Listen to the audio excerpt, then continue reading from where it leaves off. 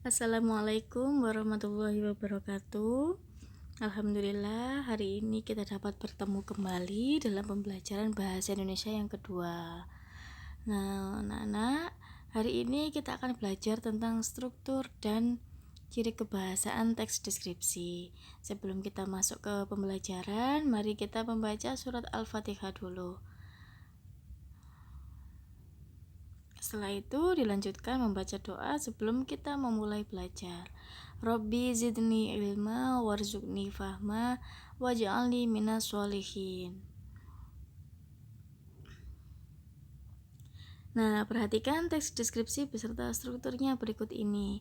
Silakan di screenshot sebelum kita lanjut.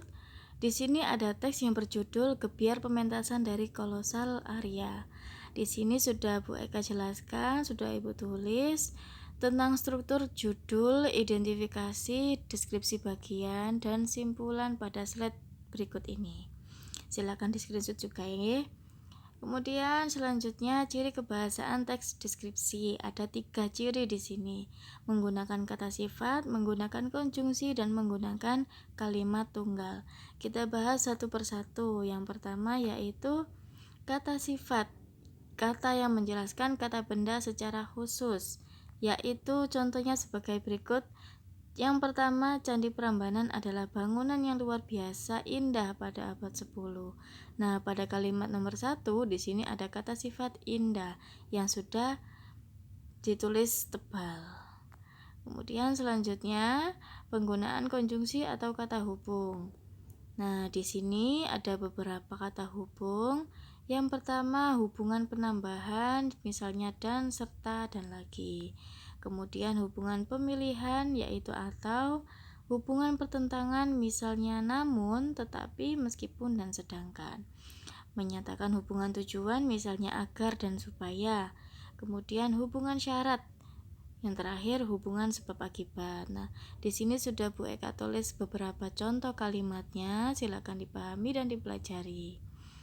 Kemudian yang ketiga yaitu penggunaan kalimat tunggal.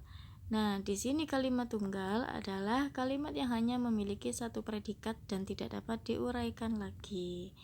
Contohnya subjek dan predikat.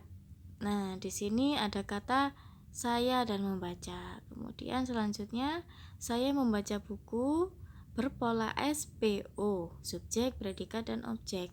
Yang ketiga yaitu saya membaca di teras rumah. Ada SPK. Di sini K berdiri sebagai keterangan tempat. Kemudian yang keempat, saya membaca buku di teras rumah. Nah, ini kita selanjutnya silakan di screenshot dulu. Di sini ada beberapa bahan, ada gagasan, silakan dibuatkan teks deskripsi, kemudian dituliskan pada tabel berikut ini. Silakan ditulis, dikerjakan, disesuaikan dengan struktur yang sudah tertulis di sini.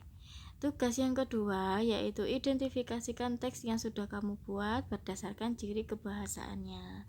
Nah, setelah membuat teks tadi, silakan ditulis penggunaan kata sifatnya yang mana, penggunaan konjungsi, dan penggunaan kalimat tunggal. Nah, mohon diperhatikan juga, tugas hanya dikumpulkan saat hadir ke madrasah, tidak perlu dikumpulkan melalui WhatsApp. Dan yang dikumpulkan adalah berupa lembaran, bukan buku tulis. Kemudian wajib mengisi kolom komentar di link YouTube yang sudah dibagikan sekaligus melakukan presensi di grup WhatsApp Bahasa Indonesia dengan menyebutkan nama dan kelas.